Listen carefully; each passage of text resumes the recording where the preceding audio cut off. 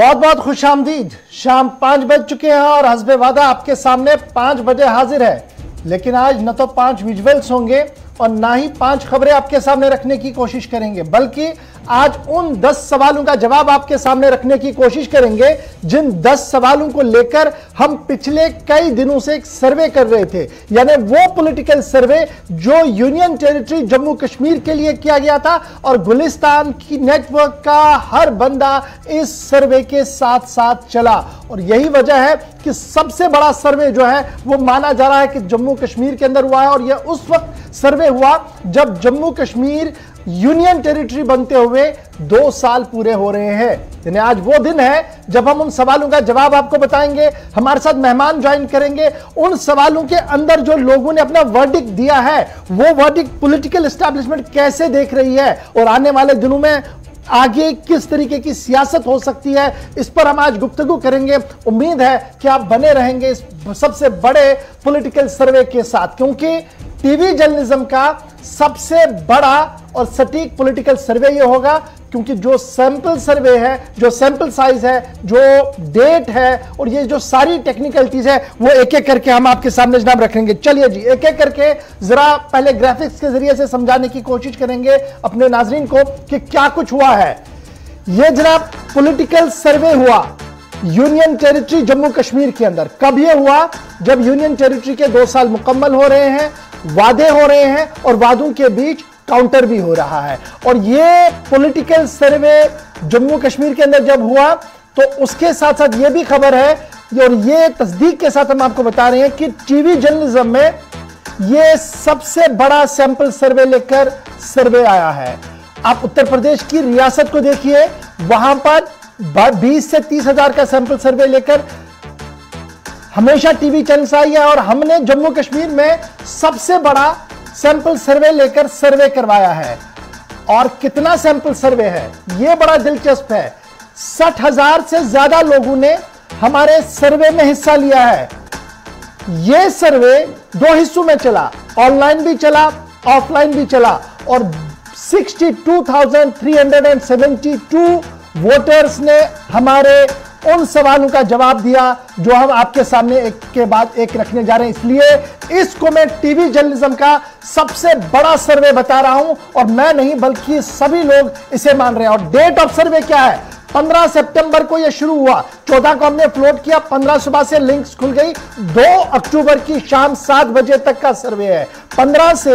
15 सितंबर को शुरू किया, 2 अक्टूबर तक यह सर्वे चला, ऑनलाइन भी चला, ऑफलाइन भी चला। 60,000 से ज्यादा लोगों ने इसमें हिस्सा लिया। और फटाफट से आप यह भी याद रखिएगा कि हमारी टोटल पॉपुलेशन सेंसस के हिसाब से क्या है, आपके टीवी चैनल पर इस वक्त आई है 2011 का सेंसस क्या कुछ कह रहा है और ट्राई के हिसाब से कितने मोबाइल यूजर्स है, तो उसके हिसाब से आप समझ सकते हैं कि आपकी चैनल गुलिस्तान न्यूज को कितने लोग मकबूल मान रहे हैं, कितना इस पर भरोसा कर रहे हैं और किस तरीके से उन्होंने मोहब्बत और प्यार दिया इस सर्वे को। लेकिन जब जवाब आप देखेंगे, सवालों के जवाब, तो आप भी हैरान होंगे कि इस सर्वे के अंदर किन लोगों ने हिस्सा लिया है। वो बड़ा इंपॉर्टेंट है जी। अब देख लीजिए, आपके पास जो सामने बात आ रही है यह है कि जनाब इसमें एज क्या है। उम्र के हवाले से 18 से 40 साल तक की उम्र में सबसे ज्यादा सर्वे में हिस्सा लिया है। 18 साल से 40 साल तक की उम्र में लोगों ने 73% लोग, इसी को जरा 2 मिनट रोकिएगा ताकि पूरी तरह से डिटेल सामने आए। 73% एज ग्राफ जो है वो 18 से 40 साल है। तो अब आप आगे देख सकते हैं कि और क्या कुछ है। और 18 से 40 ने सबसे ज्यादा है 73.5%। और बिलो 18 यानी 18 साल की कम उम्र, वो ग्रीन लाइन है, वो छोटी सी एक हल्की सी लाइन आपको ग्रीन दिख रही होगी, वो वहां पर है। और ब्लू वाला जो है वो 18 से 40 साल तक की उम्र है, वो अपना 18 साल तक की उम्र है, वो आपके सामने है। और उसके बीच 18 से 40 जो है वो 73.5% है। 70% से ज्यादा आबादी जिन्होंने वोट लिया वो जनाब नौजवान है, 18 से 40 साल की उम्र है। तो ये दिलों की धड़कन है और ये वो आ रहा है, ये वो आवाज है जिसे न सिर्फ जम्मू कश्मीर की पॉलिटिकल आइडियोलॉजी और जम्मू कश्मीर की पॉलिटिकल वॉइसेस को सुनना पड़ेगा, बल्कि दिल्ली बैठे पॉलिसी मेकर्स को भी यह देखना पड़ेगा कि किस तरीके से सवालों का जवाब दिया गया। सबसे बड़ा पॉलिटिकल सर्वे आपके टीवी चैनल पर गुलिस्तान न्यूज पर इस वक्त सामने आ रहा है, और इसमें हद उम्र यानी उम्र की हद कितनी है, 18 से 40% लोगों ने वोट किया। सबसे ज्यादा 73.5% यानी युवा नौजवानों की धड़कन, यह सर्वे आपके सामने आएगा। और इस सर्वे के बाद अब बढ़ते हैं जी आगे, और क्या कुछ है इसमें बड़ा इंपॉर्टेंट यह है। उस पर आने से पहले आपको बताते चले कि मेरे साथ मेहमानों ने भी ज्वाइन कर लिया है। उन मेहमानों को आपके साथ मिलाऊंगा, क्योंकि सभी पॉलिटिकल पार्टीज को हमने कोशिश की है कि रिप्रेजेंटेशन दे, वो अपनी बात रखें, क्योंकि जब पॉलिटिकल सर्वे सामने आएगा तो सीधी सी बात है पॉलिटिकल रिएक्शंस भी हमने देखनी होंगी। कांग्रेस से हमारे साथ ज्वाइन करेंगे जी सुरिंदर सिंह चन्नी साहब, जनरल सेक्रेटरी है प्रदेश Congress committee union territory Jammu Kashmir के। मेरे साथ भारतीय जनता पार्टी के senior spokesperson doctor Tahir Chaudhary साहब ज्वाइन करेंगे, थोड़ी देर में उन्हें भी आप देखेंगे। पीपल्स डेमोक्रेटिक पार्टी के senior general secretary Ghulam Nabi Lone Hanjura साहब हमारे साथ ज्वाइन करेंगे, और नेशनल कॉन्फ्रेंस के तर्जुमान इमरान नबी डार साहब मेरे साथ ज्वाइन करेंगे। यानी नेशनल कॉन्फ्रेंस, पीपल्स डेमोक्रेटिक पार्टी, भारतीय जनता पार्टी और कांग्रेस की रिप्रेजेंटेशन आप टीवी चैनल पर देखेंगे। उसके साथ साथ मेरे साथ श्रीनगर ब्यूरो से सनम एजाज भी थोड़ी देर में ज्वाइन करेंगे, क्योंकि धड़कनें जो आ रही है, जो वाइब्स आ रही है इस पॉलिटिकल सर्वे के बाद, वो इंतहाई अहम है। वो समझने की जरूरत है, वो समझाने की भी जरूरत है, क्योंकि जिन मुद्दों को लेकर आप और हम बात करते रहते हैं, आज नौजवानों ने उन्हीं मुद्दों को किस तरीके से जवाब दिया है, वो जानना एक बहुत बड़ा चैलेंज था। और इस चैलेंज को आपने खुद ही कबूल करवाया गुलिस्तान न्यूज के जरिए से। यानी ये चैलेंज जब हमारे पास आया, आप लोगों की तरफ से कहा गया था कि सर्वे हो जी उसी तरीके से। चलिए, पहली बार टीवी जर्नलिज्म में इतना बड़ा सर्वे हुआ, ये मैं लगातार आपको बता रहा हूं, और मैंने सभी सर्वेज को खंगाला। उसके बाद ये हमें पता लगा कि ये सैंपल सर्वे जो हमने लिया है कि 60,000 से ज्यादा, ये पहली बार हुआ है, और यूनियन टेरिटरी जम्मू कश्मीर के लिए पहली बार किसी टेलीविजन चैनल ने भी सर्वे किया है।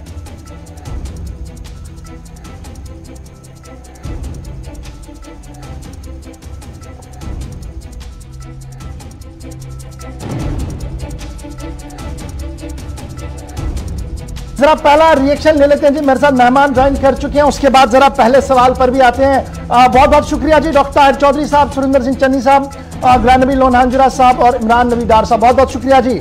सबसे पहले शुरुआत जरा आपसे करूंगा जी। इमरान साहब, चूंकि आप श्रीनगर बेस है और श्रीनगर के अंदर आप लगातार सिचुएशन को देख रहे हैं, 4 अगस्त के बाद जो सिचुएशन है वो भी आपके सामने, पार्टी का अपना एक स्टैंड है, लेकिन जिस अंदाज से सर्वे हुआ है, क्या कुछ एक्सपेक्टेशन आप कर रहे होंगे, क्योंकि सवालात आपके पास भी आए थे, आपने भी वोट किया होगा जरूर, तो ये बताइएगा आपका पहला रिएक्शन। इतना बड़ा सर्वे जब सामने आया तो क्या हम इसे माने बेसलाइन बनाकर कुछ आगे की पॉलिसीज को डिस्कस बाद में कर सकते हैं?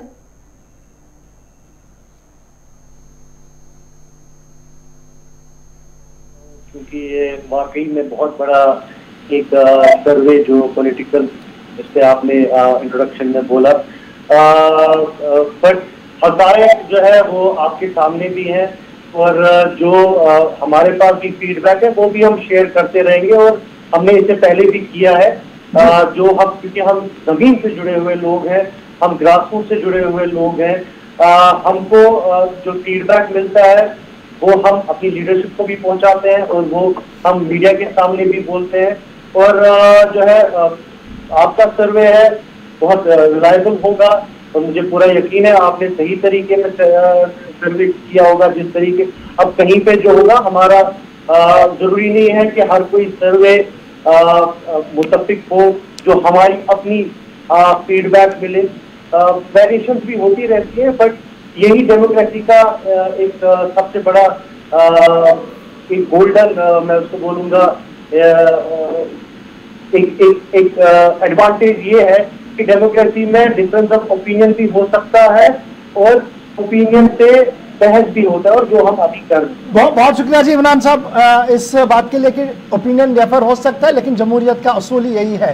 गुलाम नबी लोन हांजुरा साहब, एक बात जो आपसे रिएक्शन लेना चाहूंगा, जब हमने भी सर्वे किया था, शायद मुझे भी इस बात का अंदाजा नहीं था कि इतने बड़े पैमाने पर नौजवान जो है वो खुलकर बाहर आएंगे, वोट करेंगे इसको लेकर, और ऑनलाइन ऑफलाइन दोनों तरीकों से नौजवानों की एक बड़ी तादाद ने अपनी राय का इजहार किया है।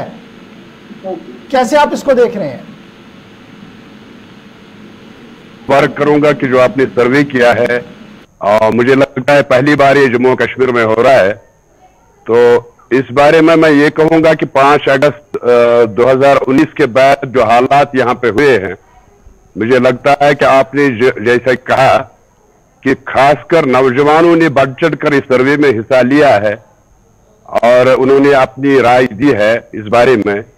तो मुझे लगता है कि वो डिफरेंट राय नहीं होगी जो हम राय दे रहे हैं या हमने दी है या हम देंगे जी। तो मुझे लगता है कि ऑलमोस्ट ऑल जितने भी नौजवान हमारी रियासत ये जम्मू कश्मीर यूटी के हैं, सबको ये पता है कि 5 अगस्त 2019 के बाद जो हालात यहाँ पे हुए हैं, अगर इन हालात का कोई बराह रास्त कोई असर हुआ है तो वो ज्यादातर नौजवानों पे हुआ है जी।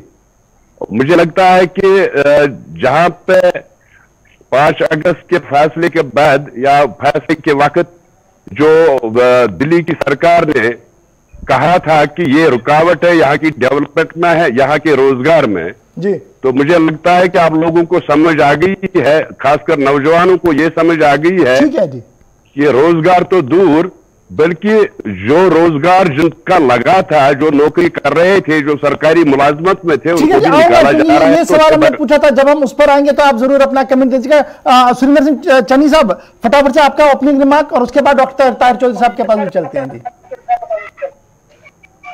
देखिए गवर्नर साहब, सबसे बड़ी बात यह है कि मैं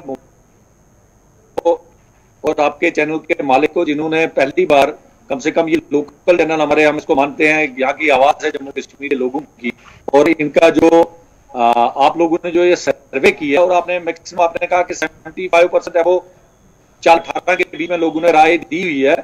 तो मुझे लगता है आज की जो सोच है नौजवान, उस पर हर नौजवान ने राय दी होगी जी, और उस राय को मद्देनजर रख के, क्योंकि अभी मुझे कि आज आने वाला काल है वो नौजवानों का है, नौजवान पीढ़ी को, चाहे वो राजनीतिक अखाड़ा कोई भी हो, किसी भी पार्टी में हो, और अब नौजवानों की जरूर नौजवान आगे आएंगे तो अगला जो राजनीतिक माहौल है वो यहाँ पे उसी तरीके का चलेगा। Right sir. डॉक्टर चौधरी साहब, बड़ा इंपॉर्टेंट है, जब मैंने सर्वे के फिगर्स को देख रहा था, खंगाल रहा था, तो एक हौसला अफजा बात ये थी कि जम्मू से भी नौजवानों ने वोट किया और कश्मीर से भी। मैं एक्सपेक्ट कर रहा था कि शायद जम्मू से कुछ और एज फैक्टर सामने आएगा, लेकिन कटिंग अक्रॉस द लाइंस जो हमारी है प्रोविजनल लाइंस, सब ने वोट किया है। तो बीजेपी क्या कुछ एक्सपेक्ट कर रही होगी इस सर्वे से?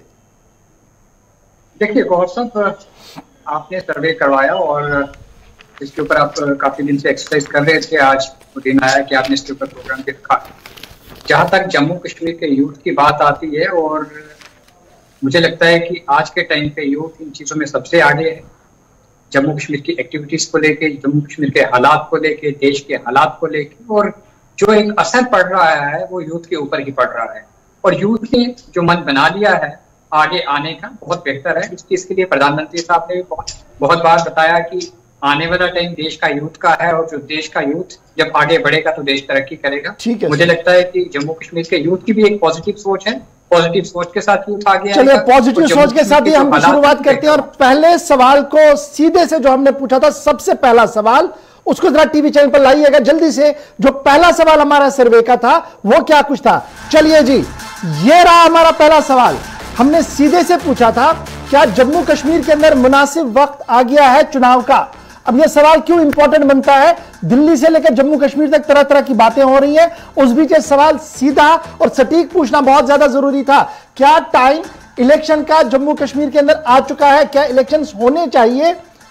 रिजल्ट्स भी दिखाइएगा। इसके बाद बड़े जबरदस्त नताइज सामने आए हैं, अनएक्सपेक्टेड नताइज मेरे सामने आए हैं, और ये नताइज आप लोगों के हैं क्योंकि लोगों ने वोट किया है। और नौजवानों की धड़कन देखिए क्या कुछ है। ब्लू कलर में यस है और दूसरे कलर में नो है, और कुल मिलाकर 75.3% लोग जिन्होंने वोटिंग में हिस्सा लिया हमारी सर्वे में, उनका मानना कि जनाब अब इलेक्शंस होने चाहिए, इलेक्शंस का वक्त आ गया है और इलेक्शंस होने चाहिए। यह बड़ी बात है जी। 75.3% अगर सेंसस अपना हम सर्वे देखें उसके हिसाब से ये 50% से भी ज्यादा लोग ऐसे बनते हैं जो चुनाव के हक में है। और याद रखिएगा, इस चुनाव की जो बड़ी बेस लाइन है वो नौजवान है। पहला रिएक्शन गुलाम नबी लोन हांजुरा साहब, आपसे शुरुआत दोबारा करूंगा। पहले सवाल के जवाब में कि 75.3% नौजवान जो टोटल वोटर्स हैं जिन्होंने हमारे सर्वे में हिस्सा लिया, कह रहे कि भैया टाइम आ गया है, अब चुनाव होना चाहिए, कोई लैतुलैल नहीं होना चाहिए। जी अशफाक साहब, ये जो आपने सर्वे दिखाया, जो सवाल आपने पूछा था, उसके जवाब में मैक्सिमम लोगों ने यही जवाब दिया है, खासकर नौजवानों ने, कि इलेक्शन का वक्त आ गया है। और मैं इसके साथ इत्तेफाक करता हूं, बल्कि अभी नहीं, ये तो पहले होना चाहिए था। हमने पहले ही कहा था कि यहां जब जिस वक्त 5 अगस्त का जो वाक़ा हुआ, उसके बाद से आज तक 2 साल हो गए, और 2 साल के बाद भी अब अगर इलेक्शन नहीं होगा तो यहां जमहूरियत जो है वो नहीं पनप सकती है। तो ये जरूरी बात है कि इलेक्शन का वक्त आ गया है और इलेक्शन होना चाहिए, इसमें कोई दो राय नहीं है। ठीक है, इमरान नबी साहब। देखिए, ये मुझे लगता है कि आवाम की बात नेशनल कॉन्फ्रेंस में बहुत अच्छे से इसकी तर्जुमानी हम कर रहे हैं, और आज ये आपके सर्वे के थ्रू भी आ गया है, क्योंकि लोग यहाँ परेशान हैं।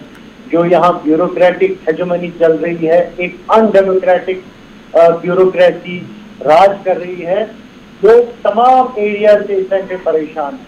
और हम तब से यही बात कर रहे हैं, हमने इससे कोई अलग बात नहीं की। और आपका सर्वे मुझे लगता है उन जो यहाँ के एडमिनिस्ट्रेशन है, उनको उनके लिए उनको सोच पे डालना चाहिए, उनको महसूस होना चाहिए कि लोगों की आवाज क्या है। यहाँ डिसीजन लिए जा रहे हैं जहाँ पर लोगों की मंजूरी नहीं है, यहाँ पे ऐसे फैसले लिए जा रहे हैं जहाँ पे लोग इन्वॉल्व नहीं है, यहाँ पे सड़कों पे रंग चल रहा है, लेकिन साथ में मुलाजिमों को निकाला जा रहा है। ठीक है, तो ऑब्वियसली आपका सर्वे जो है 75% लोगों ने उसकी तर्जुमानी की है। और यही बात नेशनल कॉन्फ्रेंस पिछले जब से मनसूखी हुई है अगस्त 5, 2019 में आर्टिकल 300 से, तब से हम इसी की अवाम को हक होना चाहिए अपने फैसलों का, जो बिल्कुल जिसका सरासर कत्ल किया गया, जिसमें स्टेटहुड, मैं उम्मीद रखता हूं कि आपके सर्वे में स्टेटहुड का भी सवाल होगा। बिल्कुल सवाल आया है, वो भी मैं आपको बताऊंगा उस पर भी क्या लोगों ने कहा। सुरेंद्र सिंह चन्नी साहब,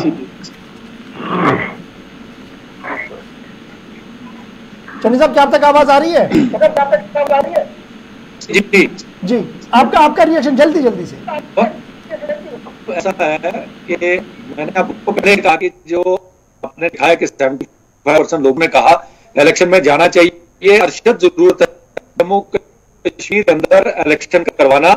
इलेक्शन से क्या है कि आपको पता है कि गवर्नर, इंतजामिया या प्रेसिडेंट रूल हमने देखे हैं। एक बार हमने 5 बार इस चीज को साफ आजमाया हुआ है जी। और ब्यूरोक्रेटिक सिस्टम जो हावी होता है, लोगों के काम नहीं होते हैं।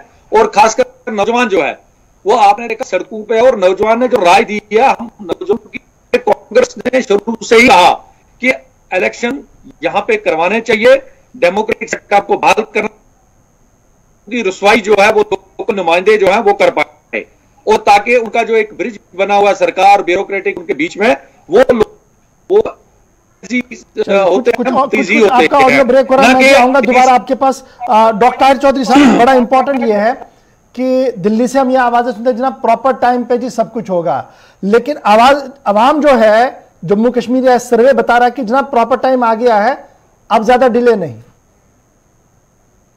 देखिए गौहर साहब, आवाम भी चाहता है, यूथ भी चाहता है कि जल्दी से जल्दी जम्मू कश्मीर में इलेक्शन का प्रोसेस स्टार्ट हो और पब्लिक की, आवाम की चुनी हुई सरकार बने।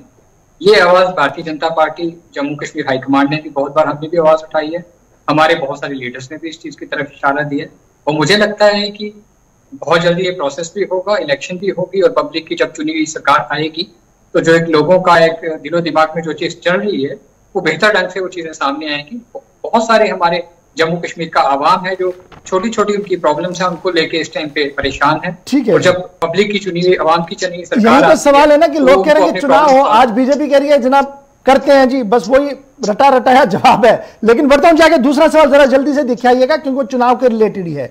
पूछा गया था जी जनाब किन मुद्दों पर वोट करेंगे, ये बड़ा इंपॉर्टेंट है क्योंकि मुद्दे अब क्या कुछ होंगे ये बड़ा मैटर करेगा कि क्या कुछ वोट किया गया है।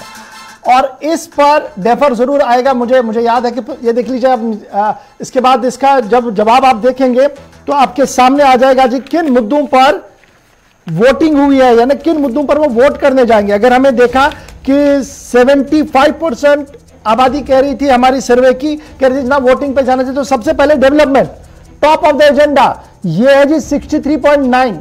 जम्मू कश्मीर की सर्वे के मुताबिक 63.6% लोग डेवलपमेंट पर, एजुकेशन पर 56.8% लोग जिन्होंने स्ट्रेस दिया है, और करप्शन को एक बहुत बड़ा मुद्दा बनाया गया है 45.6%, और फिर रोजगार ये बहुत नीचे चला गया है। इसकी मैं वजाहत आपको थोड़ी देर में बताऊंगा।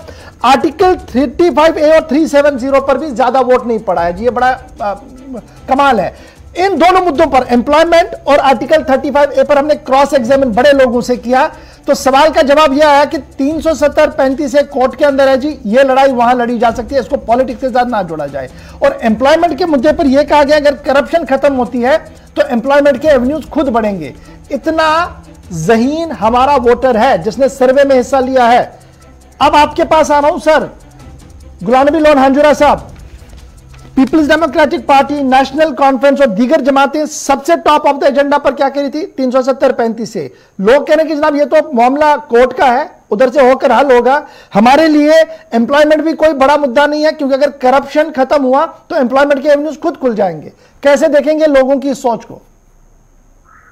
देखिए अशफाक साहब, ये जो इन्होंने ज्यादातर डेवलपमेंट पे जोर दिया है तो ये जरूरी बात है, क्योंकि जिस वक्त 370 और 35 से हटाया गया तो उस वक्त यही कहा गया था, रीजन तो यही दिया गया था कि यहां डेवलपमेंट में अगर रुकावट है तो वो दफा 370 और 35 से है। और आज लोगों को यह समझ आ गई है कि 2 साल के बाद भी जो इन्होंने कहा था डेवलपमेंट यहां होगी, वो डेवलपमेंट नहीं हुई है। और ये हर एक जानता है, लोगों को यह पता है कि जिस वजह से इन्होंने जो रीजन इन्होंने दिया था दफा 370 और 35 को हटाने के लिए, वो हुआ नहीं है। इसीलिए जो इलेक्शन होने वाला है उसमें ज्यादातर डेवलपमेंट ही जोर दिया जाएगा। जहां तक एम्प्लॉयमेंट और जो करप्शन की आपने बात की, ये सबको पता है कि इन 2 सालों में अगर यहां पे करप्शन मुझे लगता है 100% तक पहुंच गया है। इतना करप्शन है कि कोई भी काम करप्शन के बगैर नहीं होता है। तो ये सही बात है, मैं इससे इत्तेफाक करता हूं कि एम्प्लॉयमेंट के एवेन्यूज बढ़ जाएंगे अगर करप्शन यहां पे खत्म होता है। ठीक है जी, मैं इमरान आपके पास आना, फटाफट आप भी रिएक्शन करिए। इमरान साहब बड़ा इंपॉर्टेंट है और जल्दी से इसका रिएक्ट कीजिएगा। 370-35 एक बेसिक मुद्दा है रीजनल पार्टीज का, और बाद में जब मैं रीजनल पार्टीज पर आऊंगा तो आपको बताऊंगा कि बड़े चौंका देने वाले जवाब वहां पर भी है। 370-35 से क्या वजह जो कैटेगोरिकल लिखा गया हमारे सवाल के, जो में कहा गया कि ये जनाब सब जुडिस मैटर है, इसलिए इसको इसके साथ ना जुड़े, दैट इज समथिंग एल्स, और यहां की लड़ाई हमारी अलग है। इस सोच को हम कैसे देखें, कंस्ट्रक्टिव, पॉजिटिव, कहां पर आप इसको देख रहे हैं, क्योंकि आप भी खुद नौजवान है। देखिए, मैंने पहले भी आपको बोला, आपने जो सर्वे किया जरूरी नहीं है कि इत्तेफाक रख पाएंगे हम आपके सर्वे के साथ, जो आपने ये जो फिगर्स आप बता रहे हैं। बाकी जो आपने डेवलपमेंट की बात की, हम भी हमेशा यही बोलते हैं एजुकेशन, इसमें तो कोई निगेट कर नहीं सकता है। But as far as article 370 और 35A का सवाल है, ये एक बुनियादी मसला है जम्मू कश्मीर के अवाम के साथ। अगर आज नौकरियां यहाँ मतलब लोगों के पास नौकरियां नहीं है, वो किस वजह से हुआ? आर्टिकल 370 का जो एक बहुत बड़ा इम्पैक्ट था, उसके बाद जो नौकरियां बोली गई थी वो नौकरियां तो नहीं मिली।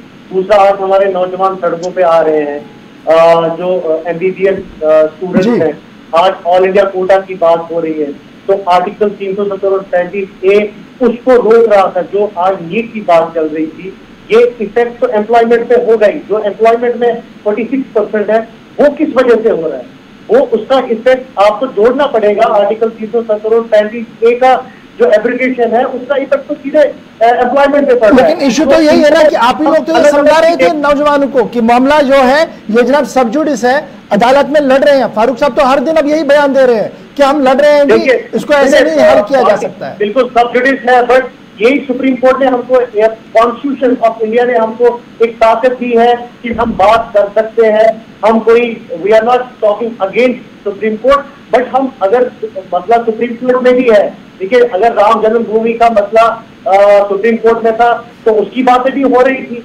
तो जब यूपी में जो हिंदू संत वगैरह वो सारे कर रहे थे तब वो भी था, तो सब जुड़े, तो ये भी सब जुड़े थे। इसमें बात करने में कोई कबात नहीं है, बात करने में तो कोई कबात नहीं है। कोई ये नहीं बोल रहे कि नहीं जी आप नहीं करो, अपना ओपिनियन तो मुझे अपना ओपिनियन तो हो सकता है, मैं फारूक साहब की बात ही समझा रहा था जी। डॉक्टर साहब कैसे देख रहे हैं इस जब सवाल के जवाब? 63% बोलते हैं जनाब डेवलपमेंट, जिसको लेकर आप कह रहे हैं कि डेवलपमेंट हो रही है, आपके जो नैरेटिव बीजेपी क्रिएट करना चाहती है उस पर सवाल है, लोग कह रहे हैं नहीं हो रहा। थोड़ी देर में वो सवाल भी आपके सामने रखूंगा, फिलहाल इस सवाल पर आइएगा जल्दी से, उसके बाद जरा मैं एक और सवाल पर आऊंगा, फिर चन्नी साहब के पास भी चलता हूं जी।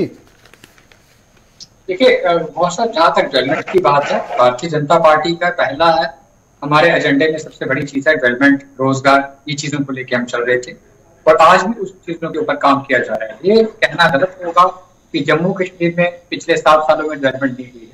डेवलपमेंट बहुत जोरों से हुई है, प्रोजेक्ट्स के ऊपर काम चल रहे हैं। आज आप हमारे रोड्स की हालात देखो, बिजली की देखो, पानी की देखो, एयरपोर्ट्स की देखो, किसी भी चीज की देखो, जम्मू कश्मीर ने तरक्की की है और आगे आने वाले दिनों में जम्मू कश्मीर और तरक्की करेगा। ये चीजें प्रधानमंत्री साहब ने बार बार दोहराई हैं, हमारी सेंट्रल हाईकमांड ने बार बार कही है और इसके ऊपर जोरों से काम चल रहा है और काम हो भी रहा है। ये चीजें सामने, तो फिर तो कोई और मुद्दा होना चाहिए था ना टॉप ऑफ द एजेंडा। जल्दी से सुरेंद्र सिंह चन्नी साहब आपका रिएक्शन इस पर, और मैं इस पर दूसरे सवाल पर आता हूं क्योंकि वो बड़ा इंपॉर्टेंट देखना है। देखिए गवर साहब, 3 मुद्दों पे जहां नौजवानों ने वोट किया हुआ या लोगों ने वोट किया हुआ है, अगर एजुकेशन वैसे उन्होंने डेवलपमेंट के उनको पता है कि इन सालों में बिल्कुल डेवलपमेंट नहीं हुई है, इसलिए चाहिए कि जो ख्वाब दिखाए गए थे वो पूरे किए जाए, डेवलपमेंट को उन्होंने वोट दिया। नंबर 2, एजुकेशन सेक्टर में उन्हें उसमें 50% से अब आपको वोट मिला हुआ है और एजुकेशन इसलिए नौजवान चाहता है कि अगर वो पढ़ेगा लिखेगा, एजुकेशन हमारी अच्छी होगी और यहाँ बच्चा जो है अगर वो सर्विस को नहीं भी मिलती है तो बाहर कहीं भी हुकूमत में जाके अपने तरीके से प्राइवेट कंपनीज में नौकरी कर सकता है। लिहाजा तरजीह एजुकेशन को देना बहुत इंपॉर्टेंट है। बात करप्शन की, तो करप्शन जो आपको मालूम है कि हम लोगों ने जब हमारी आजाद साहब चीफ मिनिस्टर थे, उन्होंने यहाँ विजिलेंस कमीशन से लेकर और ऐसे विधानसभा को भी उन्होंने शॉर्ट किया था, जो कानून पास किया था वाला को लेकर था। ऑडियो जरा ठीक कीजिएगा सरदार सुरेंद्र सिंह चन्नी साहब का, इनका ब्रेक हो रहा है, इसलिए पूरी तरह से मैं नहीं सुन पा रहा हूं, इसको जरा ठीक कीजिएगा ऑडियो को। जल्दी से दूसरा सवाल प्ले कीजिएगा जल्दी से। अब सवाल बड़ा इंपॉर्टेंट है जी। सवाल ये था, हमने पूछा आपसे, जिसका जवाब आपने दिया कि जनाब पार्टियां कौन सी होनी चाहिए, यानी पार्टी नेशनल होनी चाहिए या रीजनल पार्टी को आप वोट करेंगे, किसको आप ज्यादा स्ट्रांग मानते हैं? यहां पर सवाल का जवाब इसलिए इंपॉर्टेंट बनता है क्योंकि काफी प्लेयर्स मैदान में है, लेकिन जवाब जो सामने आया वो आया जी रीजनल पार्टियों को लिए। सवाल के जवाब को जरा प्ले कीजिएगा जल्दी से कि ये जनाब बड़ा इंपॉर्टेंट है। रीजनल पार्टीज पर जम्मू कश्मीर की आवाम को सबसे ज्यादा भरोसा है। 66.6% जम्मू और लद्दाख की जम्मू और कश्मीर की आवाम ने यह कहा कि रीजनल फोर्सेस, रीजनल पार्टियां उनके मसले का हल कर सकती है, लेकिन 33.4%, 33.4% लोगों ने नेशनल पार्टी के बारे में भी जवाब दिया है। यानी यहां पर रीजनल पार्टियों को सबसे ज्यादा नजर है और सबसे ज्यादा काम करने की भी जरूरत होगी। यह बड़ी दिलचस्प बात है। जहां मैंने पहले कहा कि नौजवानों ने वोट किया है, तो डेट मीन्स नौजवानों की नजरें रीजनल पार्टी पर भी है। एक छोटा सा कमेंट श्री गुलाम नबी लोन हांजुरा साहब का लूंगा इस पर, उसके बाद दूसरे सवाल पर आता हूं। हांजुरा साहब, ये 66.6% नौजवानों की नजरें या सभी लोगों की नजरें जिन्होंने वोट किया रीजनल पार्टीज पर है, कितना बड़ा इम्तिहान है आपके पास? बिल्कुल सही बात है। यहाँ के लोगों को जो उन्हें एतमाद यहाँ पे दिखा है रीजनल पार्टीज पे, मुझे तो इससे इत्फाक है, क्योंकि उनको ये लगता है कि उनकी जो एस्पिरेशंस है, उनकी जो ख्वाहिशात है, वो अगर पूरी हो सकती है तो वो रीजनल पार्टीज ही कर सकती है, क्योंकि उन्होंने आजमाया है, नेशनल पार्टीज को भी आजमाया और रीजनल पार्टीज को भी आजमाया। और मुझे लगता है कि इस सवाल का सही तौर उन्होंने जवाब दिया है और रीजनल पार्टीज ही ऐसी पार्टीज है जो यहाँ लोगों के ख्वाहिशात और जज्बात का एहतराम करेंगी और उनको आगे बढ़ाएंगी। डॉक्टर साहब, क्या लगता है आपको कि मैजिक काम नहीं कर पा रहा है या जो मेहनत थी वो उतना ज्यादा सेट नहीं बैठ रही है जम्मू कश्मीर के अंदर? मैं आपके इस नतीजे से मुतमईन नहीं हूँ। मैं आपको सीधी सी बात जी जी जी बिल्कुल लोगों ने इनके खिलाफ है। 70 साल से लोगों ने रीजनल पार्टीज को आजमाया, रीजनल पार्टीज ने जम्मू कश्मीर को क्या दिया, किस रास्ते पे जम्मू कश्मीर रहा। 2-3 परिवार अपनी घर की सियासत चलाते रहे हैं। अगर पहली बार जम्मू कश्मीर में एक चेंज नजर आ रही है तो वो भारतीय जनता पार्टी के दौर में आ रही है, माननीय प्रधानमंत्री साहब के दौर में आ रही है। जो वादे उन्होंने जम्मू कश्मीर के साथ किए वो वादे पूरे किए गए। चलिए, वादों की बात हो रही है ना डॉक्टर साहब, बस रुक जाइए 2 मिनट। वादों की बात हो रही है, जरा वादे भी आपको बताते हैं। प्ले कीजिएगा सवाल को। सवाल बड़ा इंपॉर्टेंट था क्योंकि जब 370-35 से खत्म हुआ तो हमने सवाल पूछा था कि ये जो जनाब पंचायतें बीडीसी और डीडीसी चुनाव हुए हैं, इन्हें आप कैसे देखते हैं? क्या ये सही में सेंटिमेंट्स को रिप्रेजेंट कर पा रही हैं? सवाल आपके सामने है जी। क्या ये सही थे या सिर्फ एक सेंटिमेंट को खेलने की बात थी, जुमलेबाजी थी ये? तो जवाब आपके सामने है जी। इस पर कहा गया कि जनाब ठीक है जी, चुनाव हुए हैं, 71.6% लोग इसको सही मानते हैं और 28.4% लोग इसे मानते हैं कि ये सिर्फ वर्ड्स हैं, जुमलेबाजी है, बाकी कुछ भी नहीं है। यानी यहां पर डेमोक्रेटिक इंस्टीट्यूशंस को यकीन अभी भी लोगों का है। नो डाउट कि तरह तरह की परेशानियां होंगी, लेकिन यकीन अभी भी जमहूरी इदारों पर है, डेमोक्रेटिक इंस्टीट्यूशंस पर है और किस तरीके से इन्हें पॉजिटिव वे में आगे बढ़ाया जाए उसकी ओर अभी भी उन्हें उम्मीद है। तो यह बड़ा इंपॉर्टेंट है कि वन वर्ड में जो उन्हें कहा गया कि जनाब इसमें ज्यादा कुछ नहीं हुआ जी, 71.6% लोग जो है वो कह रहे हैं ये सिर्फ वर्ड्स थे, इसमें ज्यादा कुछ हुआ नहीं है, लेकिन जमहूरियत पर यकीन है उन्हें। यह बात याद रखिएगा क्योंकि अगले सवाल में आपको पता लगेगा। यहां पर बीडीसी, डीडीसी और पंचायत चुनाव के लिए कहा गया कि सिर्फ जुमलाबाजी तक ये रहा क्योंकि उन्हें एम्पावर भी नहीं किया गया। कागजों में एम्पावर है, ग्राउंड जीरो पर जो सिचुएशन है वो नहीं है जो उम्मीदें जम्मू कश्मीर के दिही इलाकों में, रूरल एरियाज में रहने वाले लोगों की। इसलिए वो कह रहे हैं कि ये सिर्फ जुमला है जी, ओनली वर्ड्स हैं, बाकी इसका कुछ भी हमें अभी तक देखने को नहीं मिला है। तो ये बड़ा इंपॉर्टेंट है। इमरान, कैसे इस सवाल के जवाब को हम देखें जहां पर जमहूरियत पर भरोसा है, लेकिन यह कहा गया कि जनाब पंचायत, डीडीसी, बीडीसी ये सिर्फ एक सेंटेंस तक ही रहा, बाकी आगे बढ़ा नहीं कुछ भी। देखिए, इस सवाल का जवाब जो आपको मैं दूंगा, ये कनेक्ट करूंगा मैं 2 सवाल जो आपने इससे पहले सवाल पूछा था, जिसमें आपने जो डीडीसी रीजनल पार्टी वाला जी, आप ये 2 सवाल कनेक्टेड है। आपने बीजेपी स्पोक्सपर्सन से पूछा तो उन्हें जवाब दिया कि मैं इससे मुतफिक नहीं हूँ क्योंकि वो उनके हक में नहीं था, जो रिजल्ट सामने आया है वो उनके हक में नहीं था। मैं इसको ऐसे देखूंगा, जो आपने बिल्कुल डीडीसी में जो एक आवाज बन के आई, आपने ये भी देखूंगा नेशनल कॉन्फ्रेंस ने किस तरीके से अक्रॉस द रीजन सीटें निकाली, और ये भी आपको पता होगा कि हमारी टॉप लीडरशिप उस टाइम पे कैंपेनिंग पे नहीं निकल पाई और जितनी भी लीडरशिप यहाँ पर थी उन पे भी कदगन लगाएगी, चाहे तिरंगी का सिलसिला और बाकी इशूज की वजह से। तो उसके बावजूद भी लोगों ने दिखा दिया कि उनको कितना ट्रस्ट है रीजनल पार्टी से।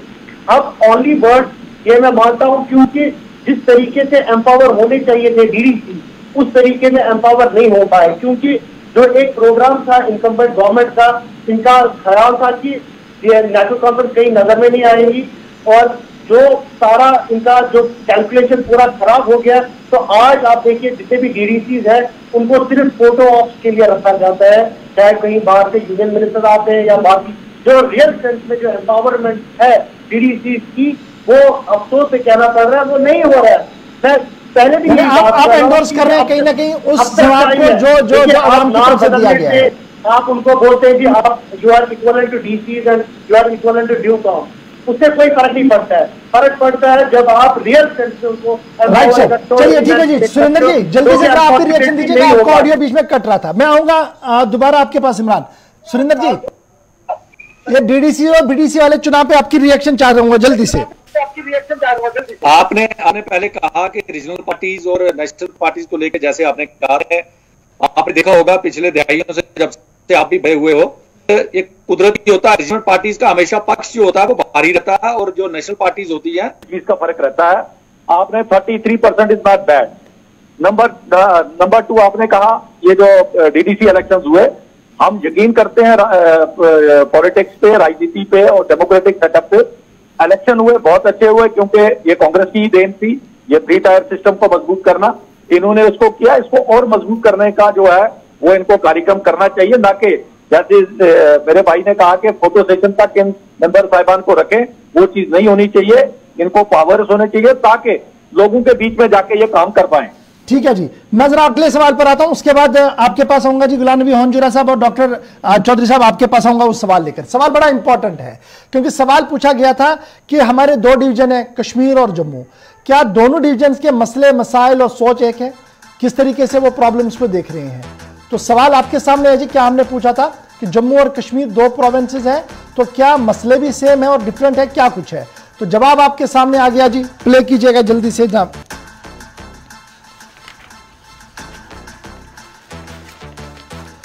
जम्मू और कश्मीर के मसले अलग अलग हैं, मामला अलग अलग है। जवाब आपके सामने है। 57.4% लोग कह रहे हैं कि दोनों खित्तों के मसले अलग हैं, सियासत अलग है, सोच अलग है, और 42.6% लोग कह रहे हैं कि नहीं जी, इसे इकट्ठे चलने चाहिए और इकट्ठे हमारे जैसे यहाँ एजुकेशन है वहां पर भी एजुकेशन, यहाँ करप्शन है वहां पर भी करप्शन है, दीगर इस तरीके से बड़ी चीजें वो भी गिनवा रहे हैं। और ये जो 57.4% वाले लोग हैं उनका मानना है कि नहीं जी, ये दो अलग अलग खित्ते हैं और दोनों सूबों की अपनी अपनी परेशानियां, अपनी अपनी सियासत है। अब इस सवाल को आज की मौजूदा सियासत के साथ भी देखिएगा कि किस तरीके से बातें हो रही है मीडिया के अंदर। और मुझे जब ये सवाल हमने पूछा था तब बिल्कुल भी इस तरीके का अंदाजा नहीं था कि जम्मू की पॉलिटिक्स गर्म हो सकती है, लेकिन आज आप देख रहे हैं, जब मैं नतीजा आपके सामने रखा हूं, जम्मू पॉलिटिक्स काफी गर्म है। तो ये अक्कासी है उस चीज की कि लोगों ने जो फीडबैक दिया, जो सवाल का जवाब दिया, वो कहीं ना कहीं सही है। एक तो ये सवाल है जी। अब आप दूसरे सवाल पर आइए जल्दी से, ताकि फिर दोनों सवालों का मैं जवाब ले सकूं जी। चलिए जी, सवाल आपके सामने है कि सियासी जमातों ने कितना वादा पूरा किया, पॉलिटिकल पार्टीज ने माजी में अपने कितने वादे पूरे किए हैं। पॉलिटिकल पार्टियां आई, चुनाव हुए, जलसे हुए, तो वादे कितने पूरे हुए, यह बड़ा इंपॉर्टेंट है। इसमें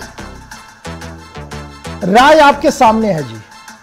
सबसे ज्यादा लोग जो है वो कह रहे हैं कि बहुत कम है जी, मिनिमम वादे पूरे किए गए। ये 55% सेंसस की अपनी हमारे सर्वे रिपोर्ट की आबादी के है, जो सर्वे में लोग आए उनका मानना है कि बहुत कम वादे वफा होते हैं। और 25% ऐसी है जिनका मानना है कि नहीं जनाब होते हैं। और 20% हमारे सर्वे के अंदर ऐसे लोग हैं जिन्होंने कहा कि इस मामले पर हम कोई राय नहीं देंगे जी, क्योंकि यह मैटर करता है हालात के साथ भी। दोनों सवालों पर रिएक्शन लूंगा। गुलाम नबी होंजुरा साहब, सूबों पर भी और पार्टियों के वफा पर भी अलग अलग है। तो पहला सवाल जो था कि जम्मू और कश्मीर की बात, दो डिवीजनों की बात हुई है, मुझे लगता है मैं इससे इत्तेफाक नहीं करता हूं, क्योंकि दोनों डिवीजनों के मसाइल एक ही है जी। बेरोजगारी है वो जम्मू में भी है, वो कश्मीर में भी है, अनएम्प्लॉयमेंट जो उसके बाद करप्शन है, करप्शन वहां भी है यहाँ भी है। डेवलपमेंट के हिसाब से अगर देखा जाए तो जम्मू में भी कितनी हो रही है, यहाँ कितनी हो रही है, वो सबको पता है, पहले कितनी हुई है और आज इन 2 सालों में कितनी हुई है। तो मुझे नहीं लगता कि अलग अलग मसाइल है, मसाइल सेम है। तो अब कई लोग सियासत करने के लिए इनको अलग अलग करने की कोशिश कर रहे हैं, जम्मू को अलग करने की कोशिश कर रहे हैं, कश्मीर को अलग करने की कोशिश कर रहे हैं। मैं उसके साथ इत्तेफाक नहीं कर रखता हूँ और मुझे लगता है कि ये दोनों जम्मू और कश्मीर एक साथ होने चाहिए। बल्कि लद्दाख भी इसके साथ होना चाहिए था, जिसको अलग किया गया। बदकिस्मती हमारी है कि एक ही रियासत को 2 यूटीज में तकसीम किया गया है बीजेपी की तरफ से। तो मुझे लगता है कि ये सही बात नहीं है। दूसरी बात जो सियासी जमातों से वादा वफा करने की बात है, मैं उसी पर आऊंगा। जो मैं ये बात कहूंगा, जरूर कहूंगा कि जहां तक हमारी पार्टी का सवाल है, पीडीपी का सवाल है, हमें उतना टाइम नहीं आया। 2.5 साल आए, पहले 3 साल आए, फिर 2.5 साल आए। टोटल इन 70 सालों में 5.5 साल हमने सरकार की। और मुझे लगता है कि जितने भी वादे हमने किए थे, मुफ्ती मोहम्मद सईद साहब ने जितने भी वादे लोगों के साथ किए थे, उन्होंने अपनी टेन्योर में वो पूरे किए हैं। और बाकी जो यहाँ ज्यादातर मैं कहूंगा कि नेशनल कॉन्फ्रेंस की हुकूमत ज्यादातर रही, गुलाम नबी डार साहब छोटे भाई हैं, इमरान साहब कहेंगे कि लंबे टेन्योर में नेशनल कॉन्फ्रेंस ने जी सरकार चलाई, तो जवाब भी दे नेशनल कॉन्फ्रेंस की क्या कुछ किया है, क्योंकि लोग कह रहे हैं कि ज्यादा वादा किया गया लेकिन डिलीवर बड़ा कम हुआ जी। देखिए, मैं सीधे ही आपको फिगर्स ही बोलता हूँ। क्योंकि मेरे पास एक फिगर है जो आपको सुनना पड़ेगा, थोड़ा टाइम आप मुझे दे दीजिए। ये फिगर है गुजरात वर्सेस J&K का, और ये रिलीज हुआ है national family health survey, national sample survey, जो इसका सोर्स है 2016 से 2015-16 में हुआ है। लाइफ एक्सपेक्टेंसी एंड बर्थ जो गुजरात में था 69 था और J&K में 74। ये गुजरात और J&K का फर्क है। ये देख लीजिए, गुजरात को एक माना जाता है जिसको ये पेशा बोलते हैं कि ये एक मॉडल स्टेट है। अब आप सुनिए, percentage of girls age 15 to 19 with 8 years of schooling 75% Gujarat में है और 87% J&K में था 2016 में। Percentage of children fully immunise 50% Gujarat में और 75% J&K में। ये इंपॉर्टेंट है। Percentage of rural population below poverty line, अब सुनिएगा, गुजरात में 22% है और J&K में only 12%। These are the figures which speak for themselves. मैं कोई हवा की बात नहीं कर रहा हूं, और ये फिगर्स रिलीज किए हैं नेशनल फैमिली हेल्थ सर्वे में, जो कि गवर्नमेंट ऑफ इंडिया का इदारा है। तो मुझे नहीं लगता है कि इसमें कोई अभी कोई कंफ्यूजन होना चाहिए कि क्या डेवलपमेंट हुई है। और इन फिगर्स को पहुंचने तक के लिए पिछले सालों की डेवलपमेंट काम हुआ था, तब ये हुआ है। अगर डेवलपमेंट नहीं हुई होगी तब हम गुजरात से आगे नहीं होते। ठीक है जी, तो डॉक्टर साहब से जवाब लेते हैं ना। डॉक्टर साहब बताइएगा, सर्वे सवाल जो था वो भी मैंने आपके सामने रख दिया, और डार साहब कह रहे हैं, इमरान साहब नेशनल कॉन्फ्रेंस का व्यू पॉइंट रख रहे हैं, उमर साहब ने भी इस पर बहुत बहस किया एक बार, तो इन्होंने फिर से वो कोट कर दिया, कहा कि बताइए जी कहां पर गलती है। डिपार्टमेंट गवर्नमेंट ऑफ इंडिया की तरफ से सर्वेज है, काम तो हुआ था, और आज कितना हुआ वो भी सबके सामने है। देखिए साहब, एनसी की मजबूरी है कि हर चीज में बताना है कि इनकी हुकूमत के टाइम पे जम्मू कश्मीर दुनिया में सबसे आगे था, हिंदुस्तान में सबसे आगे था। वो सब चीजें जम्मू कश्मीर का आवाम बेहतर ढंग से जानता है, तो मुझे लगता है कि इस चीज के ऊपर बहस मैं तो करूंगा नहीं। जब इलेक्शन का टाइम आएगा, जम्मू कश्मीर का आवाम ही नेशनल कॉन्फ्रेंस को इस चीज का जवाब देगा। चलिए जी, एक और सवाल पे आता हूं, उसके बाद सुरेंद्र सिंह चन्नी साहब आपके पास आऊंगा, श्रीनगर भी चलूंगा जहां से हमारे सलम एजाज ने भी ज्वाइन किया, वहां पर भी चलूंगा, लेकिन सवाल जरा प्ले कीजिएगा जल्दी से जनाब, और दो सवाल बैक टू बैक कीजिएगा, प्ले दोनों को। अच्छा जी, फिर हमने दोबारा पूछा था लोगों से कि ये रिप्रेजेंटेशन जो है जी डीडीसी और बीडीसी ये कितनी कामयाब है। वहां पर हमने एक सवाल पूछा था, और इस सवाल को थोड़ा सा मोल्ड करने दोबारा जानने की कोशिश की थी कि कितना सक्सेसफुल है जी बीडीसीज और डीडीसीज के इंतखाबात। अब नताइज आपके सामने हैं जी। नताइज ये कह रहे हैं जी 70% लोग, यानी 79.4% लोग ऐसे हैं जो इससे मुतमईन ही नहीं है, और 50% कह रहे हैं बिलो है, और फिर आगे ये सारी डिटेल्स आपके सामने हैं। तो यहां पर फिर वही सवाल उठता है कि लोग सेटअप से मुतमईन नहीं है, और उसकी बड़ी वजह भी अभी हमने डिबेट में आपके सामने रख दी कि क्या कुछ हुआ है, क्योंकि प्रोटोकॉल और 10 तरह की परेशानियां उन सबके सामने है। इसके बाद जरा दूसरा सवाल पे आइए।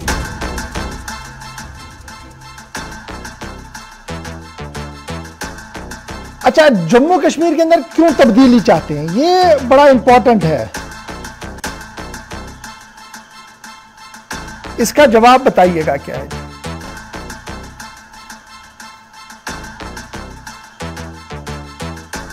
रेस्टोरेशन ऑफ स्टेटहुड 79%, और तब्दीली में एम्प्लॉयमेंट भी है, और तब्दीली में यहां पर हमने देखा डेवलपमेंट बहुत नीचे चला गया। यानी जो बड़ी तब्दीली हम चाहते हैं जी, क्या कुछ होना चाहिए, वो ये है कि स्टेटहुड को रेस्टोर किया जाए। सुरेंद्र सिंह चन्नी साहब, इस सवाल पर जरा सीधे से जवाब दीजिएगा। जब हमने कहा कि तब्दीली कौन सी आप चाहते हैं जी जम्मू कश्मीर के अंदर हो, तो बैक वक्त आवाज आई कि स्टेटहुड वापस हो। देखिए गवर्नर साहब, पहला सवाल आपका एक था कि जम्मू और कश्मीर जो है, इसमें हमारी भाषा में फर्क हो सकता है, लेकिन कश्मीर जो है, इस पुरानी रियासत जो अभी आप रेस्टोरेशन की बात कर रहे हैं, उसका कश्मीर सिर है और जम्मू जो हमारा वो दिल है। तो दूसरी बात आपने कही कि ये जो डीडीसी वगैरह जो है, इनका ये इससे मुतफिक नहीं है, क्योंकि इसमें नॉन पॉलिटिकल लोग जो नहीं है, पॉलिटिक्स के साथ वाबस्ता नहीं था, वो लोग जीत के इस माहौल में आए हैं। और उनको नीचे सतह पे जाके काम करने का एक्सपीरियंस नहीं है। अब जो आपने कहा रेस्टोरेशन ऑफ स्टेट, तो हम शुरू से ही जब से ये 19 के 335 और 370 को खत्म किया गया था, हमने पहले कहा और आज भी हमारी यही डिमांड है कांग्रेस की कि हम चाहते हैं कि रेस्टोरेशन ऑफ स्टेट हो, इलेक्शंस में चला जाए, मुख्यमंत्री यहाँ का बने, एमएलए यहाँ के बने, मिनिस्टर यहाँ के बने और लोगों के काम हो। हम कांग्रेस की ये पहले से शुरू से 19 जब से ये 35 को हटाया गया तब से लेकर आज तक हमने कहा, और मैं लोगों की राय के साथ मैं बिल्कुल सहमत हूं और मुत्तफिक हूं कि लोग कम से कम जो कांग्रेस ने आवाज पहले दिन से उठाई थी, क्योंकि बाकी पार्टी जो थी वो कुछ लोग हाउस अरेस्ट थे, कुछ कहीं थे कुछ कहीं थे, तो तुरंत हम लोग मीडिया के सामने आके हम लोगों ने इस बात को लोगों के बीच में रखा था। और एक जो टेम्पू बना हुआ है, मुझे लगता है कि हम लोगों के इस राय के साथ कांग्रेस पार्टी मुत्तफिक है कि रेस्टोरेशन ऑफ स्टेट होना चाहिए। नौजवान, एक मैंने पहले कहा कि एक बेस लाइन इसकी नौजवान है, फिर हमने ये भी कहा कि देखिए किस तरीके से उन्होंने कहा कि सवालों का, लेकिन यहाँ पर जब हमने कहा कि तब्दीली क्या है जी, उन्होंने कहा कि बड़ी तब्दीली है जी, हमें स्टेटहुड वापस चाहिए, यानी स्टेटहुड के लिए कटिंग अक्रॉस द डिविजन लोग बाहर आ रहे हैं वोट करने के लिए भी। बिल्कुल बिल्कुल, वो तो है ही है। स्टेटहुड पे कोई ये हमारा इख्तिलाफ नहीं है, बल्कि हम ये चाहते हैं कि जो पोजीशन यहाँ पे 4 अगस्त 2019 को थी उसको बहाल किया जाए, 370 और 35A समेत स्टेट को वापस किया जाए, जिसमें जम्मू कश्मीर और लद्दाख भी शामिल हो। लेकिन वो तो मुश्किल है ना, उसमें आधा पार्ट तो अब कोर्ट में चला गया है, आधा पार्ट सेंट्रल गवर्नमेंट के पास है जो हो सकता है, आप इसको अमलगम करेंगे सबको तो फिर मसला बनेगा ना। वो तो जुद्दोजहद तो हम कर सकते हैं, चाहे सब मामला हो या नहीं हो, हम तो जुद्दोजहद कर सकते हैं कि वही पोजीशन बहाल हो जाए। दूसरा सवाल जो डीडीसी और बीडीसी का आपने क्या था, मैं उस पर बोला नहीं। मैं ये कहता हूं कि जो डीडीसी और बीडीसी के इलेक्शन या सरपंच और पंचस के इलेक्शन जो हुए, इन्होंने उस वक्त बड़ा डंडोरा पीटा था कि हम जमहूरियत को बहाल करना चाहते हैं और जमहूरियत बहाल हो जाएगी। लेकिन जब इलेक्शन हो गए, शायद मुझे लगता है कि मुझे माफ करे ये बीजेपी के जो भी तर्जुमान बैठे हैं, ये मुझे माफ करे, शायद उनको उस वक्त लगा था जब डीडीसी के इलेक्शन हो गए या बीडीसी के इलेक्शन हो गए, उनको लगा था कि यहाँ ओवरवेलमिंग मेजॉरिटी के साथ बीजेपी आएगी आगे, लेकिन वो हुआ नहीं। तो उसके बाद क्या हुआ कि उनको एम्पावर नहीं किया गया। हालत इस वक्त ये है डीडीसी की और बीडीसी की और सरपंच की कि उनको होटलों के कमरों में बंद रखा गया है, उनको बाहर नहीं निकलने दिया जा रहा है जी। वो लोगों के पास नहीं जा सकते, वो अपने इलाकों में नहीं जा सकते हो, तो काम क्या करेंगे। तो ये इनका हाल है जो इन्होंने इनको बनाया है, सरपंचों पंच और बीडीसी और डीडीसी।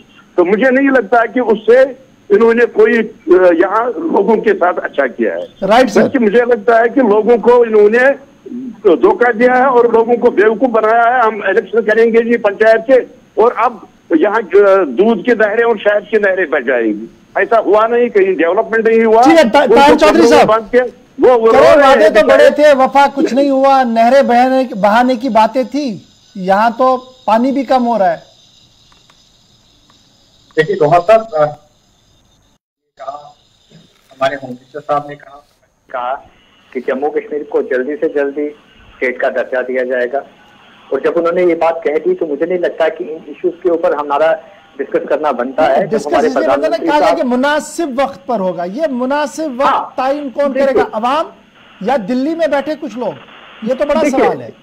देखिए आज की डेट में जम्मू कश्मीर यूनियन टेरिटरी है, होम मिनिस्ट्री की नजर के नीचे चल रही है, और होम मिनिस्ट्री ही इसी के ऊपर डिसीजन लेगी कि जम्मू कश्मीर को ये तोहफा किस दिन दिया जाए। जिस दिन वो तोहफा दिया जाएगा आपको भी पता चलेगा, हमारे सभी गेस्ट को भी पता चलेगा, जम्मू कश्मीर के आवाम को भी पता चलेगा। और ऐसी बात नहीं है, दिया भी जाएगा, ये कोई झूठे वादे नहीं है। भारतीय जनता पार्टी कभी झूठे वादे नहीं करती है, हम जो वादे करते हैं उनको पूरा करते हैं, और उनको पूरा करने के लिए हमारी पार्टी, हमारे कार्यकर्ता, हमारी लीडरशिप डे नाइट काम करती है, ऐसी कोई बात नहीं। ठीक है जी। इमरान, कैसे देखते हैं जनाब डॉक्टर साहब के बयान को, कह रहे हैं जी हमने वादा किया पूरा होगा और स्टेटहुड भी रेस्टोर होगा।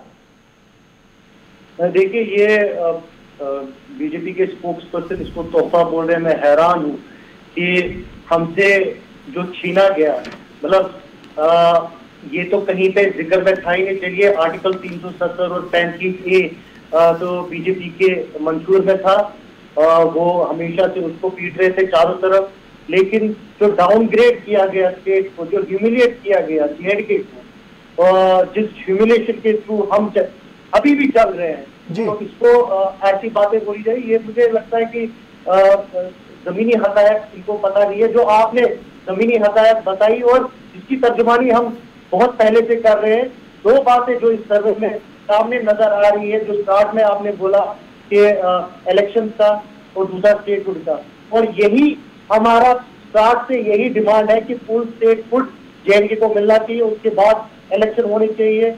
और जो हमारी जदोजहद 37A और 70 को ठीक है सर, मैं आऊंगा सुंदर जी आपके पास, लेकिन बड़ा सवाल जो हमने आवाम से पूछा था इस सर्वे में, जल्दी से प्ले कीजिएगा उस बड़े सवाल को, क्योंकि मैं क्लोज कर रहा हूं, हमारे पास बस 2-3 सवाल बचे हैं, उसके बाद एक एक कमेंट भी लूंगा। सवाल देखिए क्या पूछा गया था कि क्या असेंबली इलेक्शन में ही मुज़मिर तमाम मसलों का हल है? क्या इलेक्शन में ही तमाम मसाइल का हल निकाला जा सकता है? क्या इलेक्शन प्रोसेस से ही हम ये पॉलिटिकल हो या दीगर इश्यूज हो इसका एड्रेस हो सकता है? सीधा सवाल था, और इस सीधे सवाल का जवाब भी खुलकर लोगों ने दिया है। जवाब प्ले कीजिएगा। चलिए जी, जवाब आ गया जी आपके सामने। एक बड़ी आबादी है 70% जो कह रही है बिल्कुल जनाब, जमहूरियत के गाड़ी में बैठकर ही मसले का हल निकाला जा सकता है। 20% लोग नाराज दिखे, उनका मानना है कि देखिए माजी में भी हुआ है, अब भी हो रहा है, लेकिन हमें कोई फायदा इसमें नहीं है। लेकिन 10% आबादी ने कहा कि हम इस पर कोई भी अपनी बात नहीं रखेंगे। इलेक्शंस कैटेगोरिकल सवाल था कि क्या सभी मसलों का हल चुनाव के अंदर है। तो मुझे बड़ी खुशी है कि आज के अंदर, जब मैंने पहले कहा कि नौजवान बेसलाइन है इसकी, और नौजवान आज भी अदम तशद्दुद पर यकीन रख रहा है और जमहूरियत के जरिए से मसले का हल चाहता है।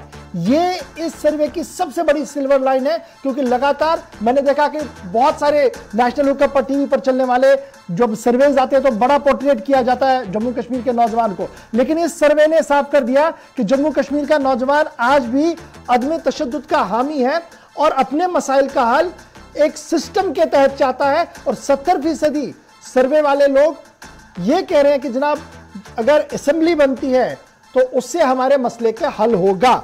तो सुरिंदर सिंह चन्नी साहब, क्या लोग वाकई तौर पर इतना तंग है कि इतने बड़े पैमाने पर एक गो में जवाब दे रहे हैं कि जी हां चुनाव होने चाहिए, जबकि कश्मीर प्रोविंस में हमने माजी में बड़ी चीजें देखी है, बाइकॉट भी देखा है, 10 तरह की चीजें देखी है, लेकिन इस बार मुझे इतना तो यकीन, अगर कल भी गवर्नमेंट ऑफ इंडिया मन बना ले चुनाव का तो चुनाव पुरअमन होंगे। देखिए गवर्नर साहब, मैं मुबारकबाद देता हूं इस 18 से 40 के बीच के नौजवान को कि जिसने डेमोक्रेटिक सेटअप पे जो यकीन हमारे बुजुर्ग भी रखते आए और इन लोगों ने भी उसी को कायम दायम रख के आज वोट किया हुआ कि असेंबली, मैंने पहले कहा कि यहाँ पे राजनीतिक जो अखाड़ा होता है वही लोगों का संविधान कर सकता है, वही मसलों का हल निकाल सकता है, वही रोजगार दिला सकता है, वही करप्शन को खत्म कर सकता है अगर सही माने में वो काम करें। तो अगर लोगों ने ये सोच बनाई है, मैं कहता हूं कि एक नया एक पहलू शुरू हुआ जम्मू कश्मीर पुरानी रियासत के अंदर। अभी हम जिसको यूटी भी नहीं मानते, लेकिन हमारा जो एक नया पहलू शुरू हुआ है, जो नौजवानों की सोच बदली है, इससे हमारा जो जम्मू कश्मीर है वो बदलेगा। एक नया जम्मू कश्मीर जो है मुझे आने वाले काल में दिख रहा है कि नया जम्मू कश्मीर बनेगा, और वो बनेगा इनके सहयोग से, इनके वोट से और विधानसभा को बहाल करने से। हंजुरा साहब, आपका रिएक्शन? बिल्कुल ये सही बात है, और मैं मुबारक देना चाहता हूं अपनी जो नौजवान है जिन्होंने ये राय दी है कि उनको अभी भी यकीन है जमहूरियत पे, और मुझे लगता है कि यही वाहिद रास्ता है, जमहूरियत का ही वाहिद रास्ता है, इलेक्शन का ही वाहिद रास्ता है, जिससे लोग अपने रिप्रेजेंटेटिव को चुनते हैं और वो उनके काम करते हैं, उनके पास वो जाते हैं और उनका जो काम होता है वो निकलता है। चलिए जी, मैं जरा फटाफट से आगे बढ़ूंगा, उसके बाद डॉक्टर साहब आपका भी और इमरान आपका भी लूंगा रिएक्शन। मुझे पता है कि दोनों बेताब होंगे रिएक्शन के, लेकिन बड़ा सवाल एक और हमारा था, जरा उसकी ओर भी आइएगा, जल्दी से उसको प्ले कीजिएगा। चलिए जी, सवाल आपके सामने आ गया है जी। कितनी हालात बदले, how much situation has change after bifurcation of state, ये टर्निंग पॉइंट था हमारा जब हमने पूछा था। और ये सीधा सीधा सवाल था कि जनाब रियासत के 2 हिस्से हुए, यूनियन टेरिटरी बनी, अब जो दावे हैं और जमीनी हकायक है इसमें क्या कुछ आप देख पाते हैं? 70% आबादी कह रही है कि जनाब कुछ नहीं बदला। यूनियन टेरिटरी बदलने के बाद न तो करप्शन गया, न तो रेड टेपिज्म गया, और ना ही वसाइल सामने आए। और 25% 20 से 25% आबादी ऐसी है जिन्होंने यह कहा कि जनाब बड़ी तब्दीलियां देखने को मिली, लेकिन 5% आबादी यहां पर भी खामोश है। अगर मैं 25 और 5 को मिलाऊं 30% को भी इसमें डाल दूं तब भी 70% की आबादी आज ये मान रही है इस सर्वे की, और ये नौजवान आवाज है जो कह रही है कि जनाब हमारी आवाज और हमारी उमंगों के मुताबिक हमें कुछ दिखा ही नहीं। इमरान नबी लोन और डॉक्टर ताहिर चौधरी दोनों को लाइए जरा। ठीक है जी इमरान, जल्दी से पहले आपका रिएक्शन।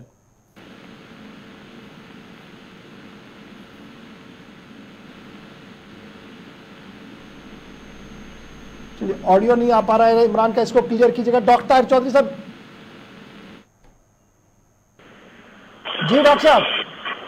जी वहां पर क्या पूछना चाहते हैं? सवाल तो यही है ना कि आप कह रहे थे जनाब बड़ी तब्दीलियां हुई जी, लेकिन जब ये सर्वे हमने कहा कि बाइफरकेशन के बाद कितना चेंज हुआ, 70% लोग कह रहे हैं कि जनाब कोई तब्दीली हुई नहीं, जो एनआरकी उस वक्त थी वही आज भी है, कोई मामला बेहतर नहीं हो रहा है, अवाम की रसाई कहीं पर भी नहीं है। नहीं वो सब ऐसी बात नहीं है, आप इन चीजों के ऊपर मत जाइए। 70% आपने परसेंटेज देखी तो आपको लगा कि सारा अवाम एक तरफ से हो गया, ऐसी कुछ नहीं है। बहुत सारी चीजें चेंज हुई हैं, बहुत सारे हालात बेहतर हुए हैं जम्मू कश्मीर के, और जो बेहतर सिस्टम में अगर कहूँगा तो बहुत सारी चेंजेस लाने से, बदलाव लाने से जो एक सही रास्ता था जम्मू कश्मीर को वो मिला है, ये बात हमें माननी पड़ेगी। और अपोजिशन के लोग भी कहीं ना कहीं ये मानते हैं, और उस चीज की भी चेंजेस आपको आने वाले दिनों में नजर आएंगी जो जम्मू कश्मीर में हालात चल रहे हैं। अपोजिशन के चाहे लीडर्स हो चाहे रीजनल पार्टीज के लीडर्स, बहुत बार देखिए कहीं ना कहीं प्रधानमंत्री साहब की जो सोच है, जो उनका कर्ज हिंदुस्तान में है पूरी दुनिया में, उसको हमें मानना चाहिए, उसको अपोजिशन के लोगों को मानना चाहिए। जब एक इंसान मैंने प्रधानमंत्री को कहीं लाया नहीं ना, बात की जो चेंज है वो जम्मू कश्मीर आते आते कहीं दिखी नहीं। ये तो अब मैंने पहले बेसलाइन हमारी नौजवान है, इसकी नौजवान इसको मानने के लिए तैयार ही नहीं है। आपकी बात देखिए नौजवान की जहां तक बात आती है, नौजवान सबसे आगे है हमारी नजर में। प्रधानमंत्री साहब की सोच में नौजवान जगह पे आ रहा हूँ, सबसे आगे है। और जो चीजें नौजवानों के लिए सोची जा रही है, जो करने का एक तरीका अपनाया जा रहा है सेंट्रल हाई कमांड की तरफ से, उन चीजों को बेशक थोड़ा सा वक्त लगेगा, लेकिन वो बेहतर होगा, उसके जो निताइज आएंगे बेहतर होंगे, और वो चीजें सबको माननी भी पड़ेंगी। चलिए इमरान साहब। देखिए ये सर्वे पूरा कैटेगोरिकली एक पूरा आउटकम जो सर्वे का है 70% ड्यूटी अनएक्सेप्टेबल है, स्टेटहुड चाहिए वापस और इलेक्शन चाहिए। और ये एक क्लियर कट आवाज आज आपने जो है जो सर्वे किया है जिसमें यंगस्टर्स का रोल है, जिसमें यंगस्टर्स ने इस सर्वे को फिल किया है, ये एक पूरा करारा जवाब बीजेपी का जो प्रोपेगेंडा था यहाँ पर, उसको एक बहुत बड़ा करारा जवाब आज मिला है इस सर्वे के थ्रू। अब अगर इसको भी ये नेगेट करेंगे तो इसके बाद कोई आर्गुमेंट की कोई गुंजाइश ही नहीं है। There is no point of argument अगर ये आप इस सर्वे को भी निगेट करेंगे। चलिए जी, ये पॉलिटिकल, ठीक है जी, मेरे पास लास्ट क्वेश्चन है और 6 बज रहे हैं, और उस सवाल का जवाब का इंतजार सबको था, क्योंकि बहुत लोग मुझे पूछ रहे हैं अभी भी जब मैं आपके साथ हूं तो मेरे फोन पर मैसेज आ रही है जनाब लास्ट वाले सवाल का जवाब बताइए। सवाल दिखाइए क्या कुछ है। आखिरी सवाल हमारे सर्वे का जो था कि आपकी नजर में कौन सा लीडर है जो असेंबली इलेक्शंस को टेक ऑन करके आगे बढ़ सकता है, लीडरशिप क्वालिटीज किसके अंदर है, बड़ा सवाल यह था। और नताइज आपके सामने आ गए हैं। 33.08% की नजर में डॉक्टर फारूक अब्दुल्ला के पास सलाहियत है जो आगे ले सकते हैं। गुलाम नबी आजाद 25% हमारे सर्वे के हिसाब से, और डॉक्टर जितेंद्र सिंह 11.5%, महबूबा मुफ्ती 9.1%, और उसके साथ साथ अल्ताफ बुखारी के बारे में भी 3% हमारे सर्वे में जगह मिली है कि अगर ये आते हैं तो ये ले सकते हैं। तो बड़ी बात फारूक अब्दुल्ला पर आज भी नजर है। अब मेरी नजर में यह भी हो सकता है क्योंकि बड़े सीनियर है, बहुत काम किया है, लेकिन आज भी फारूक अब्दुल्ला का नाम सामने आ रहा है। सबसे पहले इमरान आप इसे रिएक्शन लूंगा कि 33.8%, और इससे इस वाले ग्राफिक को जरा चलाते रहिएगा इमरान। मुझे नहीं लगता आप इससे मैं कुछ बोल सकता हूँ। यंगस्टर्स ने एम्फेटिकली एक आंसर दिया है और वो आप दिखा भी रहे हैं। डॉक्टर फारूक साहब एक बहुत बड़ी शख्सियत है, सिर्फ JNK में नहीं पूरे बरसगीर में जिनकी पर्सनैलिटी, जिनका एक इंटेलेक्ट माना जाता है, वो आपका सर्वे बताता है। और वाज़ह तौर पे लोगों ने, जो नौजवानों ने अपनी चॉइस दी है, मुझे लगता है कि इसमें मैं और कुछ ऐड नहीं कर सकता हूँ, क्योंकि ये सर्वे ही बता रहा है कि अगर इस J&K को इस मुसीबत से कोई निकाल सकता है वो नेशनल कॉन्फ्रेंस है, और उसकी सरवाई डॉक्टर फारूक साहब और उमर साहब। राइट सर, गुलाम नबी लोन हांजुरा साहब, 9.1% हमारी सर्वे के हिसाब से महबूबा मुफ्ती साहबा, क्या मैं ये मानूं कि पार्टी के अंदर जो उथल पुथल हुई, जो लीडर चले गए, उसका ये नतीजा है? बिल्कुल नहीं अशफाक साहब, मैं इससे इत्तेफाक नहीं करता हूँ, और मुझे लगता है कि आज अगर टॉप पर है कोई लीडर वो महबूबा मुफ्ती है, और मुझे नहीं लगता है कि ये सर्वे में कुछ गड़बड़ है। श्रीनगर सेंट्रिक ना रखिए ना, और डॉक्टर जितेंद्र सिंह का तो नाम ही कहीं नहीं है, उसका भी सर्वे में नाम आया है, मुझे उससे कोई इत्तेफाक नहीं है। और मुझे आज भी लगता है कि अगर यहाँ पे लोगों में अगर कोई मकबूलियत है तो वो महबूबा मुफ्ती की। ठीक है जी। डॉक्टर चौधरी साहब, डॉक्टर साहब का नंबर आया जी 11.5। डॉक्टर जितेंद्र सिंह जो मरकजी वजीर भी है और बीजेपी के कद्दावर नेताओं में जम्मू कश्मीर माना जाता है, लेकिन गुलाम नबी आजाद के बाद ही है कहीं ना कहीं। देखिए गौहर साहब, जम्मू कश्मीर के अवाम ने आजाद साहब को भी देखा हुआ है एज ए सीएम, अब्दुल्ला साहब को भी देखा है और मुफ्ती मैडम को भी देखा है। मुझे लगता है कि अगर आने वाले टाइम पे जम्मू कश्मीर के अवाम के लिए बड़ी खुशकिस्मती होगी, भारतीय जनता पार्टी के अगर चेहरा आता है, हमारी सरकार बनती है और डॉक्टर साहब अगर सीएम आते हैं, और मुझे लगता है कि एक बड़े बेहतर सीएम होंगे, ग्राउंड से जुड़े हुए वो इंसान जो 24/7 काम करते हैं, तो वो काम कर रहे हैं। क्या मैं ये समझू कि डॉक्टर साहब का चेहरा हो सकता है, डॉक्टर जितेंद्र साहब का चेहरा हो सकता है बीजेपी की तरफ से सीएम कैंडिडेट? देखिए भारतीय जनता पार्टी में सीएम के चेहरों की कमी नहीं है, मैं पहले आपको ये चीज क्लियर कर दूं। लेकिन अगर डॉक्टर जितेंद्र सिंह साहब आते हैं तो ये एक और बहुत बड़ी बात होगी जम्मू कश्मीर के अवाम के लिए कि एक ऐसा चेहरा आना जो ऑलरेडी 2 सेकंड टर्म में पीएमओ में काम कर रहे हैं। और आपको एहसास होना चाहिए कि जो प्रधानमंत्री के सामने जो काम कर रहे हैं और एक बहुत इंपॉर्टेंट डिपार्टमेंट में जो संभाल के बैठे हुए हैं, उस तरह का काम करने वाला इंसान अगर जम्मू कश्मीर में आ जाता है, और जैसे जम्मू कश्मीर के लिए डेवलपमेंट के बारे में वो सोच रहे हैं पिछले 7 सालों से और वो काम कर भी रहे हैं, अगर वो आ जाते हैं तो बहुत खुशकिस्मती होगी जम्मू कश्मीर के अवाम। सुरिंदर सिंह चन्नी साहब, कांग्रेस के गुलाम नबी आजाद साहब। देखिए गवर साहब, ऐसा है जैसे आपने कहा फारूक अब्दुल्ला साहब का 33% और 25 उनका, तो मैं आपको ये कहूंगा कि ये 2.5 साल की हुकूमत में आजाद साहब अगर 25% लोगों ने इनको एक्सेप्ट किया हुआ है तो ये बहुत भारी है बाकी लोगों पे, क्योंकि 2.5 साल सिर्फ वो चीफ मिनिस्टर यहाँ पे रहे कांग्रेस के, और उस कार्यकाल में उनके जो काम है वही बोले हैं और उनके कामों को लेके लोगों ने वोट करा हुआ है। और मैं अगला आने वाला जो और चंद इलेक्शन तक जो ग्राफ है, ये 7, 5 और 3, 8% का फर्क है। मुझे लगता है ये बराबर हो जाएगा वहां तक, फारूक साहब तक। चलिए, बहुत बहुत शुक्रिया जी। इमरान नबी डार साहब, गुलाम नबी लोन हांजुरा साहब, डॉक्टर चौधरी साहब, सुरिंदर सिंह चन्नी साहब हमारे साथ ज्वाइन करने के लिए। जनाब, टीवी जर्नलिज्म में सबसे बड़ा सैंपल सर्वे जम्मू कश्मीर के हवाले से आपकी चैनल ने यानी गुलिस्तान न्यूज ने आपकी वसातत से सामने लाया था, और इसमें कई अहम चीजें खुलकर सामने आई है। और बेसलाइन इसकी बड़ी है कि नौजवान इसका बड़ा हिस्सा बना जम्मू कश्मीर का, एंटायर जम्मू कश्मीर का, और अदम तशद्दुद के रास्ते को इख्तियार करते हुए यह बड़ी बात थी कि किस पर दाव खेला जा सकता है और किस तरीके के सवालों का जवाब उन्होंने दिया। आपके सामने वो सारा पॉलिटिकल सर्वे आज हमने रख दिया है जो आपने सवालों का जवाब दिया था। मुझे इंतजार रहेगा कि आप अपना रिएक्शन जरूर दें, और आप जब अपना रिएक्शन देंगे तो हमारे सोशल मीडिया प्लेटफॉर्म का जरूर इस्तेमाल कीजिएगा। मैं माजरत चाहूंगा कि मैं श्रीनगर नहीं जा पाया और वक्त यहां पर इख्तिताम पजीर हुआ चाहता है, इस पर हम जरूर बात करेंगे कल के प्रोग्राम में भी। फिलहाल मुझे दें इजाजत, अल्लाह हम या नासिर।